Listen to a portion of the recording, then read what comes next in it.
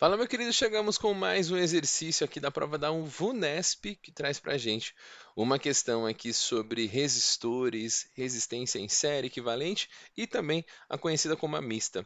Se você ficou com alguma dúvida, vamos esclarecer com você com bastante cuidado para você não errar mais esse tipo de questões e também aprender um pouquinho mais sobre eletrodinâmica. Bora com a gente então? Então ele está falando o seguinte, que eu tenho dois resistores, o R1 e o R2, tá bom? São esses dois resistores que a gente está estudando aqui, vamos marcar aqui de vermelhinho para você.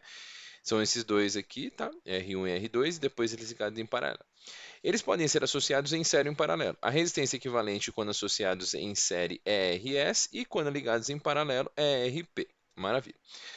No gráfico, a curva S representa a variação da diferença de potencial entre os extremos da associação dos dois resistores em série. Então, ó, esse daqui, a curva S, representa quando eles estão ligados em série. E, consequentemente, eu vou ler aqui para você, quando eu estou ligado no P, está representando a ligação da resistência equivalente em paralelo. Tá bom? É isso que ele está dizendo aqui em função da corrente que atravessa a associação da resistência a RP. Então aqui ele está dizendo para a gente que essa é a curva da resistência equivalente do série e essa aqui é a curva resistência equivalente do paralelo. E ele pergunta assim, ó, considere a associação seguinte, constituída por resistores R1 e R2, e de acordo com as informações e definição a resistência dos fios de ligação, calcule a resistência equivalente da associação. Veja, aqui eu tenho uma ligação em série, eu vou marcar aqui, ó, eu tenho uma ligação em série nesse sistema e depois eu tenho uma associação em paralelo.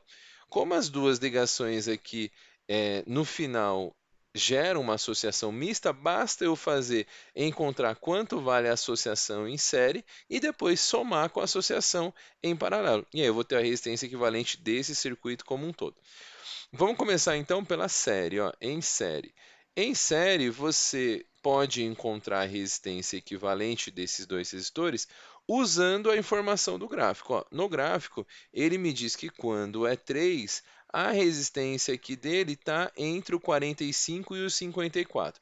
Você que está com dúvida, mas qual ponto eu uso? Eu pego o ponto dessa linha. E se você perceber bem, ó, existem três divisões aqui entre 0 e 9. Ó. Uma, duas, três.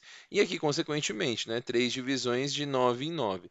Logo, se eu tenho três divisões em 9, eu vou ter para cada quadradinho desse o valor de 3 unidades de volts, né? 3 DDPs aí, 3 volts de DDP. Então, quando eu pego esse ponto, eu estou pegando, na verdade, o ponto 48 volts. E a minha corrente é 3. Então, usando a equação aqui da lei de Ohm, a resistência em série, ela vai ter uma ligação de 48 volts, uma resistência que eu vou chamar de RS e a corrente 3. Passo dividindo esse 3 aqui, a gente descobre que a resistência em série vale 16 ohms. Então esse é o primeiro ponto aí que a gente já encontrou. Ligação em série vale 16. Agora, na ligação em paralelo, vamos fazer a segunda agora. Em paralelo, a gente tem a mesma lógica. U é igual a RP vezes o I. Só que aí, na resistência em paralelo, aqui dá para a gente perceber, eu poderia pegar esse ponto, mas vou pegar esse outro ponto aqui para não ficar tão poluída essa região. Dá para ver que quando a corrente é 6, a gente tem o ponto que vale 18 volts. E aí fica lindo para a gente, ó, porque quando o U vale 18, o meu REP fica sobre uma corrente de 6. E eu dividindo aqui 18 por 6, isso dá 3 ohms. Ó, está multiplicando, ele passa dividindo tanto aqui quanto aqui. Maravilha, encontrei as duas resistências tanto do série quanto em paralelo.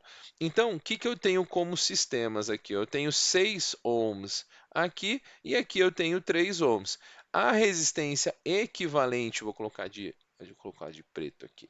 A resistência equivalente do sistema aqui, ela vai ser encontrado como os 6 ohms mais os 3 ohms, e isso daqui dá um total de 9 ohms. Então, a resistência equivalente do sistema como um todo, isso daqui dá 9 ohms. Então essa é a primeira resposta que ele estava perguntando para a gente, qual que é a resistência equivalente desse circuitinho que foi montado aqui. Isso é justificado porque quando eu ligo essas duas aqui, eu faço uma nova resistência, né, que eu veja esse circuito aqui, esses dois resistores podem ser substituídos por um de 6, que foi o que a gente mostrou ali. E o outro pode ser substituído por um de 3. Então, quando os dois estão em série, soma, por isso a resistência aqui vale 9. Maravilha. Agora ele quer saber de você também quanto vale R1 e R2. E veja, ó, aqui na primeira situação, em série, deixa eu marcar aqui que eu não grifei aqui o paralelo.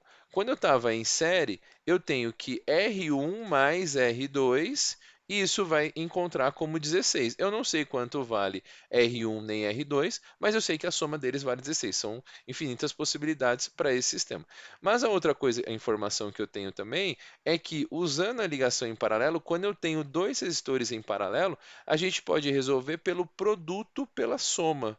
Esse é um método que a gente utiliza para resolver quando nós temos esse tipo de situação de dois resistores em paralelo. E a gente encontrou que a resistência equivalente dá 3. Logo, olha só o que dá para a gente encontrar, que R1 vezes R2, isso aqui dá 16, né? Sobre 16, isso tudo é igual a 3. Logo, a gente pode descobrir que R1 vezes R2 é igual a 48 ohms, tá? Então, olha só que informação bacana a gente acaba de chegar. Primeiro, que a soma dá 16 e outra informação é que o produto dos dois resistores dá 48. Aí fica o convite de você resolver esses exercícios de dois métodos. Você poderia pegar, por exemplo, isolar R1 e substituir, por exemplo, falar assim que R1 é igual a 16 menos R2 e substituir aqui, deixar tudo em função de R2, vai aparecer uma equação de segundo grau que você poderia resolver. Ou você poderia usar o método da soma e produto, que eu acho que é mais inteligente para a gente resolver, ó, porque que número que eu somo e dá 16 e que o produto dá 48? Acho que talvez é um número que não é tão difícil, são dois números inteiros para essa resposta, e a gente pode chegar aqui, o R1 ou o R2 valem 4, vale 4, e se o R1 vale 4 e o R2 tem que valer 12, para quê? Para que a soma dê 16 e que o produto dê 48. Dessa maneira, a gente consegue chegar. Veja que o que eu acabei de dizer para você. Se você não tem essa percepção, essa lógica de construção, a soma deu 16, o produto deu 48, e eu chegar nessa lógica, você pode fazer pelo sisteminha, resolvendo uma equação de segundo grau, fazer Bhaskara, e aí até fazer o some-produto, né? Que daí não é muito inteligente você fazer isso, porque isso aqui já é uma some-produto, mas você poderia encontrar desse modo as duas resistências e assim chegar na solução desse exercício. Então são duas perguntas. A primeira, a resistência equivalente dessa associação que dá 9 e também os valores de R1 e R2 que valem 4 e 12. Aqui não dá para saber qual que é o R1 e qual que é o R2, se é 4 aqui ou 12 e 4, 4 e 12, tanto faz, porque ele não nos especificou qual que era maior, qual que era menor. Então, tanto faz ser o R1 4 ou o R1 12, e consequentemente, se o R1 é 4, o R2 é 12, ou se o R1 é 12, o R2 é 4. Belezinha? Então, mais uma questão aí que caiu lá na prova da VUNESP. Espero que você tenha entendido. Ficou com alguma dúvida? Deixe seus comentários aqui que a gente te ajuda. Grande abraço e até a próxima. Valeu!